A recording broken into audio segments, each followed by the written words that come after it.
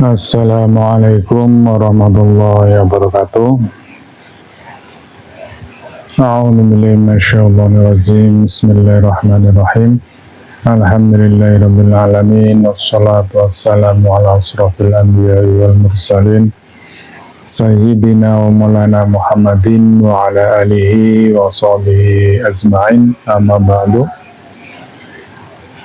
Izinkan kami memperkenalkan diri, yaitu aku Yusuf dalam channel Ngaji Quran Qadim. Channel ini hadir untuk memberikan sebuah perspektif baru dalam rangka udkhulu fisilmi kafah, bahwa memahami agama dalam perspektif eksoterisnya, perspektif zahirnya itu sudah luar biasa. Namun bagaimana menggali sisi-sisi esoteris, sisi-sisi ruang ruhaniahnya, sisi cahayanya, itu masih jarang sekali dilakukan eksplorasi. Atas dasar hal tersebut, maka Akung Yusuf mencoba untuk memberikan warna sehingga pemahaman dalam beragama ini menjadi lengkap, menjadi kafah, agar lebih mudah memahami apa itu Quran Qadim, bahwa Al-Quran itu adalah kitab sucinya umat Islam, yaitu kitab suci yang diturunkan terakhir oleh Allah Subhanahu wa Ta'ala melalui Nabi Muhammad. Namun sesungguhnya seluruh kitab-kitab suci itu berasal dari Tuhan yang sama, berasal dari sistem pewahyuan yang sama. Namun ketika mewujud di alam realitas ini, karena beda ruang dan waktunya, beda pribadi penerimanya, maka menjadi berbeda-beda perwujudannya. Sebagaimana kita tahu, kitab suci ada Taurat, Zabur, Injil, dan Al-Quran. Namun sesungguhnya kalau kita pahami dalam perspektif kodimnya, itu adalah hal yang sama. Itu sama-sama kalam Allah.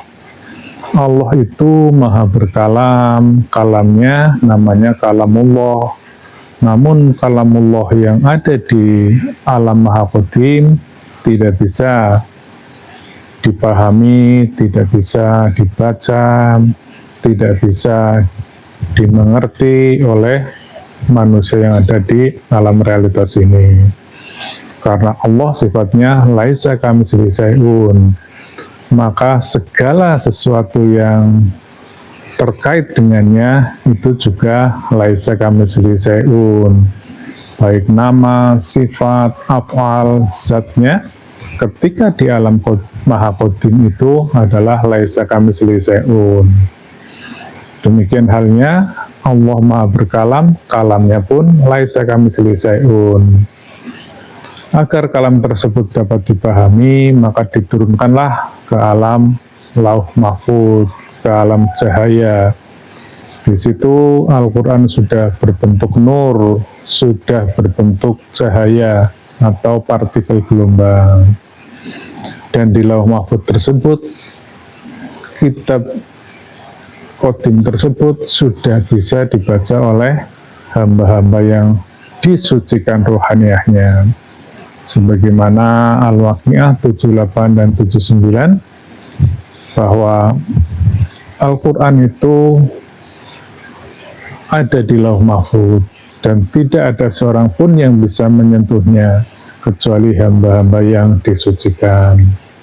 Pemirsa dimanapun berada, untuk itu Akung Yusuf ingin mengeksplorasi kalam qadim yang memungkinkan seluruh perspektif, seluruh sudut pandang, seluruh agama itu menjadi punya pemahaman yang sama, punya perspektif yang sama ketika kita memahami dalam level kodimnya, karena di situ menyatu.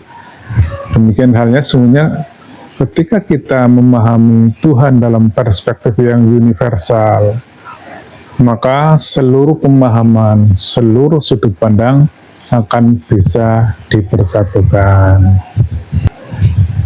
Demikianlah, semoga sudah ada pemahaman tentang apa itu Quran Qadim. Baiklah, dalam momen yang pertama ini, Akung Yusuf akan membawakan Quran Surat Al-Anbiya ayat 92. A'udzubillahi minasyaitonirrajim.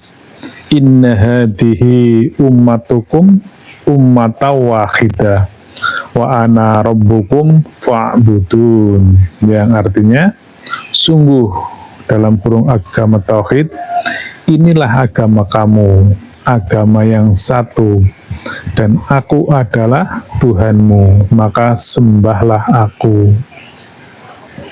Di sini sudah amat jelas bahwa Allah mendeklarasikan bahwa agama ini sebenarnya agama yang satu, umat yang satu, Tuhannya pun satu.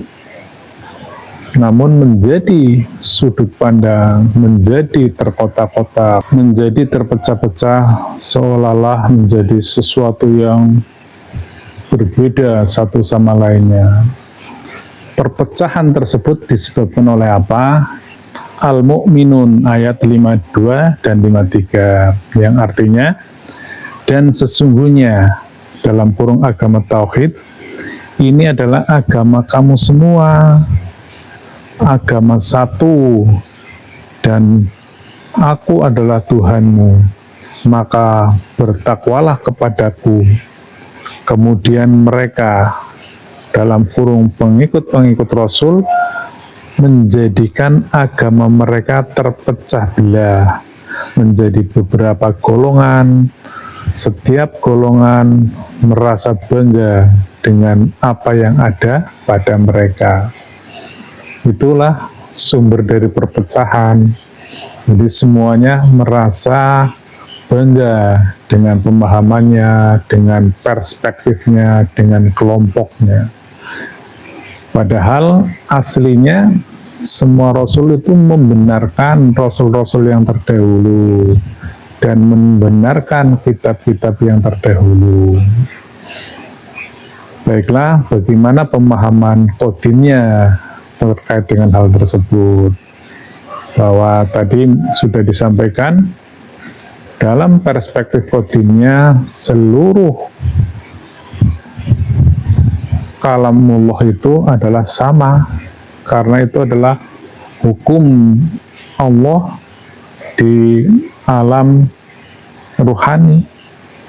Jadi tidak mungkin Allah merubah hukum-hukum tersebut. Ketika umat berganti, hukumnya diganti, manusianya diganti, hukumnya diganti. Jadi prinsip kodim adalah begini. Kodim adalah sesuatu yang sudah ada dari semula hingga akhirnya.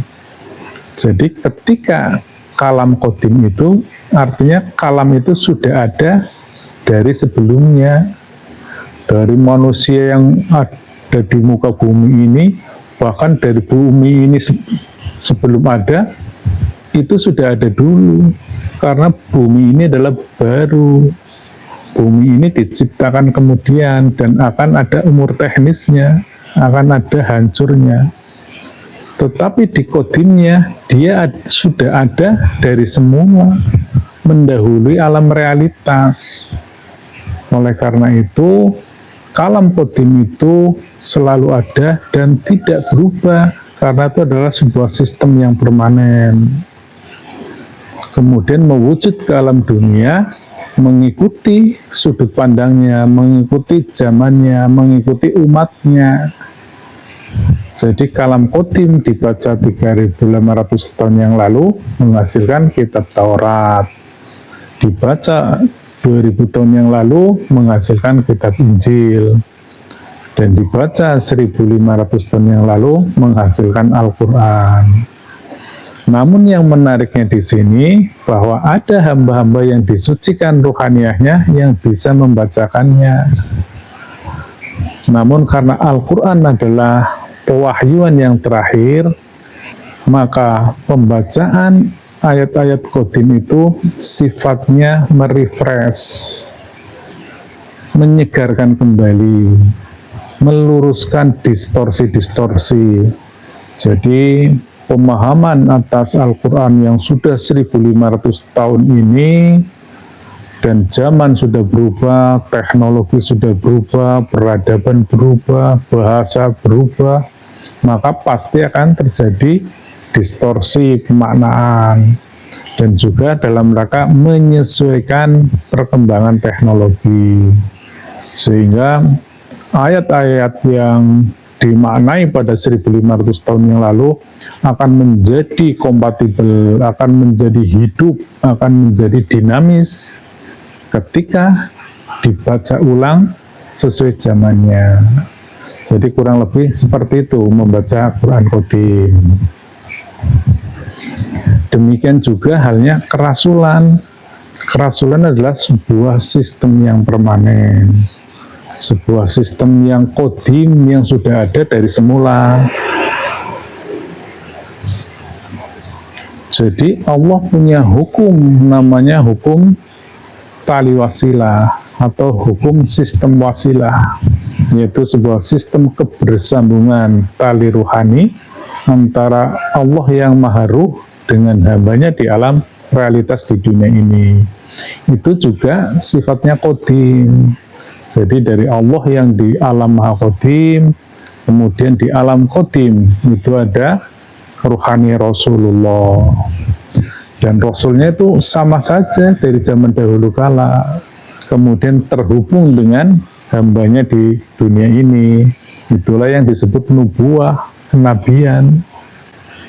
Dan di setiap zaman selalu ada seseorang yang menjalankan fungsi dari kerasulan tersebut, fungsi dari pewahyuan. Hanya sekali lagi, ketika nubuah telah berakhir, ketika pewahyuan juga telah selesai, telah final, maka orang-orang yang ditunjuk untuk menjalankan fungsi kerasulan itu ya disesuaikan dengan zamannya. Dan ini banyak disebut di beberapa ayat. Semisal Al-Kahfi 17 menyebutnya sebagai Waliyah Mursyida. An-Nisa 59 menyebutnya sebagai Ulil Amri Minkum. Demikian juga At-Taubah 128 Rasulum min anfusikum. Itulah pribadi-pribadi yang ditugasi menjaga Al-Quran, menjaga kalam qadim. Demikian, ini sebagai pengantar dalam sebuah kajian atau channel tentang Quran Qadim bersama Akung Yusuf. Ilahi anta maksudi wa ridhoka matlubi. Wassalamualaikum warahmatullahi wabarakatuh.